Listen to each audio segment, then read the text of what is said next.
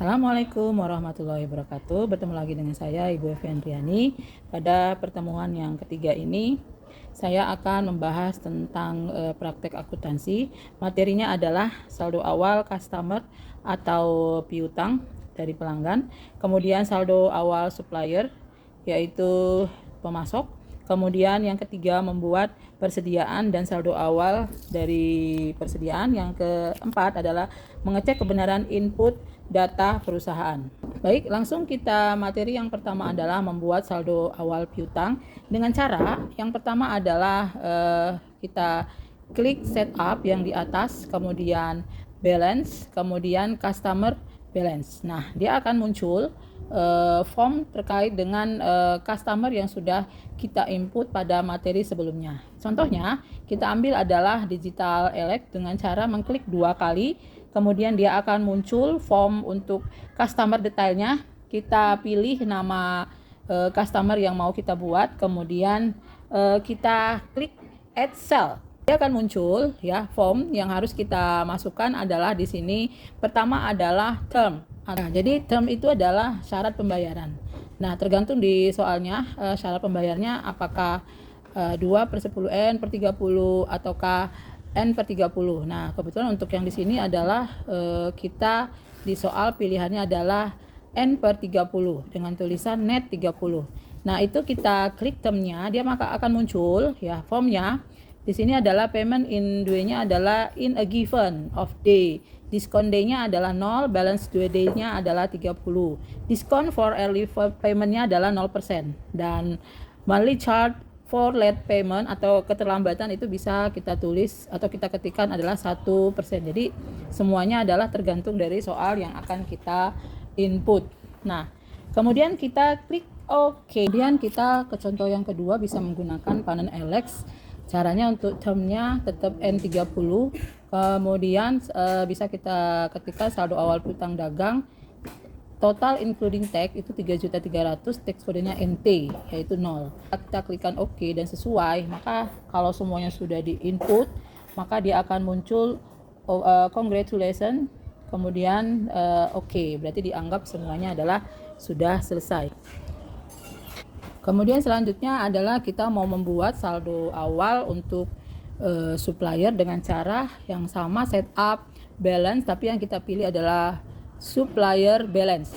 Ya, kita mau buat adalah firma makmur, di mana termsnya itu adalah kita ganti sesuai dengan soal itu net 30.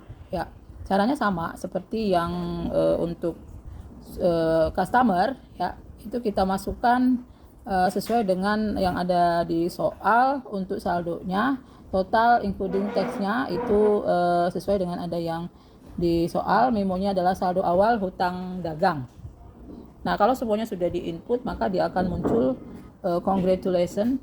Nah, itu daftar saldo awal piutang maupun hutang itu harus sama dengan yang ada di input saldo awal neraca saldo untuk piutang dan hutang. Kemudian kita mau membuat data inventory, kita buka modulnya kembali, yaitu dengan mengklik inventory dan item listnya. Nah, dia akan muncul formnya, kita klik new, ya, kita klik new, kemudian kita klik profil, dia akan muncul ya formatnya seperti yang saya sampaikan ini. Item numbernya kita masukkan HP P14 itu sesuai dengan soal yang ada. Kemudian kita klik semua, I buy this item, kemudian I sell this item, dan I inventory this item. Itu disesuaikan ya. Berarti cost of sale kita masukkan adalah cost of goods sold. Kemudian sales berarti kita masukkan sales. Item inventory kita masukkan item inventory. Nah, untuk yang benarnya adalah bisa dilihat di materi yang disampaikan. Selanjutnya buying detail ya, itu diisi by unit of measure, itu diisi unit. Kemudian tax kodenya kita masukkan adalah PPN, pajak pertambahan nilai. Selanjutnya selling detail. Nah, selling detail diisi best selling price-nya sesuai dengan di soal ini ada 16 juta. Kemudian kita pilih di sini adalah ignore. Baik, untuk selanjutnya adalah yang kita klik adalah set item price, itu ada di bawah ada average cost. Jadi kalau tergantung metodenya, kalau metodenya adalah average maka kita klik adalah average. Kalau LIFO maka kita klik adalah LIFO. Untuk di Mayop itu hanya ada dua, yaitu average sama LIFO. Kemudian untuk terkait dengan code inventory-nya itu kita klik maka dia akan muncul untuk jumlah barangnya, yaitu kita masukkan sesuai dengan ada yang di soal. Nah, dari jurnal tersebut ya maka akan muncul saldo persediaan awal. Itu kita ketikkan nomornya adalah 001, date-nya adalah 1 Desember 2020 atau boleh di tanggal 30 November. Nah, memonya adalah saldo persediaan awal.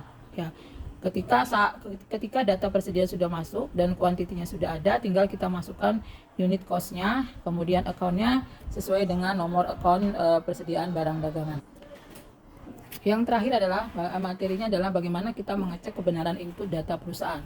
Karena sebelum menginput dokumen-dokumen transaksi yang terjadi di aplikasi Mayop, maka kita harus mengecek kebenaran input data perusahaan dengan cara mengeklik account, kemudian company data auditor, maka kita pilih adalah di sini next. Nah, dia akan muncul ya company file overview, dia akan muncul balance atau saldo dari cash in bank dan petty cash. Kemudian kita klik account rekonsiliasi. Ketika datanya sudah centang hijau semua, itu berarti sudah posisi adalah sudah benar ya semuanya. Untuk start date-nya 1 Januari, kemudian end date-nya adalah 31 Desember. Kita klik run review ya, kemudian next. Nah, ketika data masih ada tanda-tanya warna merah, itu kita display, lihat bahwa apa yang terjadi kesalahan di masing-masing yang di input sebelumnya. Kalau dari data ini yang salah adalah untuk kode invoice transaksi, kemudian sama teks kode. Jadi yang benar adalah ketika semuanya adalah centang hijau semua. Baik, pada pertemuan kali ini semoga bermanfaat bagi semuanya. Terima kasih. Assalamualaikum warahmatullahi wabarakatuh.